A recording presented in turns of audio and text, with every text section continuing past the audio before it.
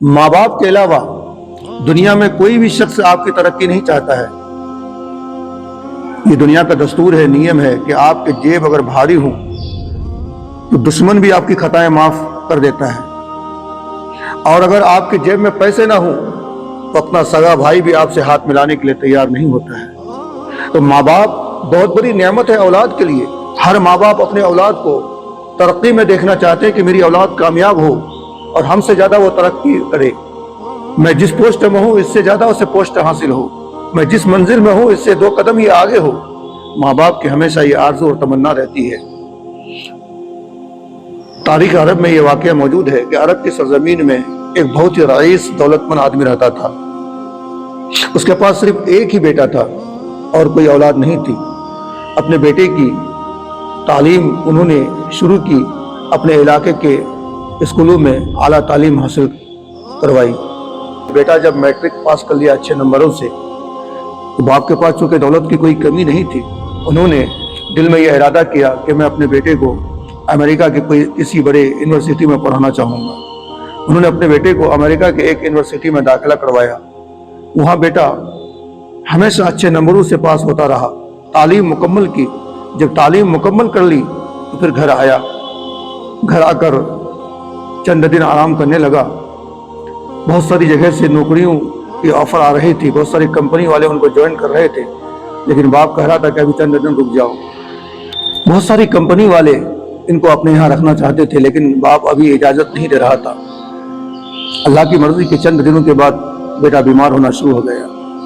دھیرے دھیرے بیماری بڑھتی گئی اور بیماری یہاں تک آ پہنچی کہ بڑے بڑے ڈاکٹر، بڑے بڑے حکیم علاج کرنے سے قاصر آ گئے۔ دنیا کے مشہور و معروف ڈاکٹر کے پاس باپ لے کے پہنچا تو ڈاکٹر دیکھ کر کے کہنے لگا، بچے کے والد ذرا آپ ادھر آئیں۔ بچے کے والد کو بلایا گیا اور والد سے کہا کہ دیکھیں آپ کا جو یہ بیٹا ہے چند دن کا مہمان ہے، ان کی جتنی خواہش ہو وہ ساری خواہش آپ پوری کریں۔ بیٹا یہ خبر سن کر باپ سسکیاں مار مار کے رونے لگا۔ باپ کنٹرول کرتے ہوئے، آنسو کو پوچھتے ہوئے بیٹے کے پاس آیا، کہا بیٹا چلو گھر چلتے ہیں۔ باپ بیٹے کو لے کے گھر پہنچا۔ ایک دن بیٹے کے کمرے میں داخل ہوا اور اپنے بیٹے سے کہنے لگا، میرے فرزند، آج تک میں نے تمہاری کوئی خواہش ادھوری نہیں رکھی ہے۔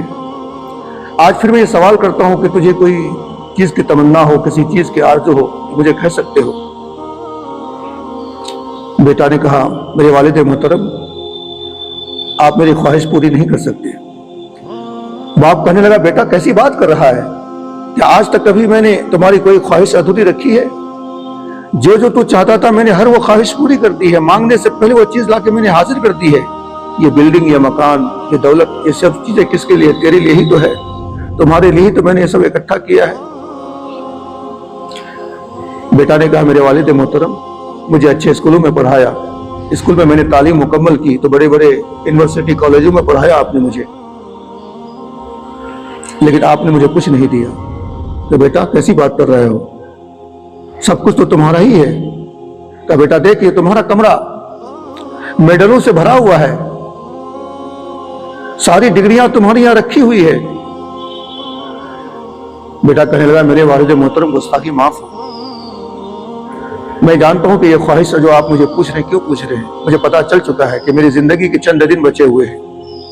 والد محترم، میری آپ سے شکایت یہ ہے کہ میں جو اس دنیا سے جا رہا ہوں، کیا یہ ڈگریوں کو فرشتے مانیں گے؟ یہ ڈگریاں میں اگر قبر کے اندر فرشتوں کو دکھاؤں گا تو کیا ان ڈگریوں کو دیکھ کے فرشتہ مجھے پاس کر دیں گے؟ باپ نے کہا، بیٹا نہیں۔ بیٹے نے کہا، میرے والد محترم، تین سوال ہوں گے قبر میں۔ پہلا سوال ہوگا، من رب کا، تمہارا رب کون ہے؟ میں تو جانتا نہیں کہ میرا رب کون ہے، میرا اللہ کیا ہے، اللہ کی تعریف کیا ہے، اللہ کسے کہتے ہیں؟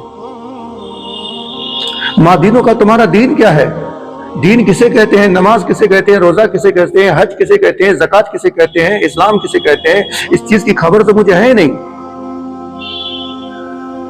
قبر میں جو اللہ کے نبی حضرت محمد صلی اللہ علیہ وسلم کے بارے میں تیسرا سوال ہوگا، میں تو جانتا نہیں محمد کون ہے، انہوں نے کیا تعلیم دنیا میں دی، انہوں نے کیا بتایا، ان کا نام کیا ہے، ان کے والد کا نام کیا ہے، ان کے باپ کا نام کیا ہے، ان کے بچوں کے نام کیا ہے، قرآن کب نازل ہوا، نماز کا حکم کب آیا، یہ ساری چیز سے تو میں بے خبر ہوں۔ انہی چیزوں کے بارے میں قبر میں سوال کیا جائے گا، اسی چیز سے تو میں بے خبر ہوں۔ میرے والد محترم، یہ تو ذمہ داری آپ کی تھی۔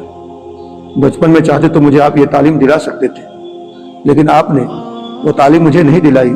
اس لیے رب کی بارگاہ میں جب پہنچوں گا، خدا نہ خواستہ اللہ تبارک و تعالیٰ نے مجھے دوزخ میں جانے کا حکم دیا تو میں اکیلے نہیں جاؤں گا، آپ کو ساتھ لے کے جاؤں گا۔ باپ سہم گیا، کلیجہ دہل اٹھا باپ کا، بے ہوش ہو کے زمین پہ گرا۔ ہوش میں آیا تو پھر کہنے لگا، بیٹا یہ کیسی بات کر رہا ہوں؟ کہا میں ٹھیک بات کر رہا ہوں، کیونکہ ہر اولاد کو صحیح راستہ دکھانا ان کے والدین کی ذمہ داری ہوتی ہے۔ آپ چاہتے تو مجھے صحیح راستہ دکھا سکتے تھے۔ دنیا کی جتنی ڈگریاں ہیں وہ ساری چیزیں آج میرے ساتھ نہیں جا رہی ہے، اس لیے میرے والد میں آپ کی شکایت رب کی بارگاہ میں جا کے ضرور کروں گا۔ اللہ اکبر، بیٹا انتقال ہو گیا۔ باپ سسکیاں مار مار کر رونے لگا۔ اب کیا تھا، یہ دولت ساری کی ساری پڑی تھی، بیٹا خالی ہاتھ رب کی بارگاہ میں جا رہا تھا۔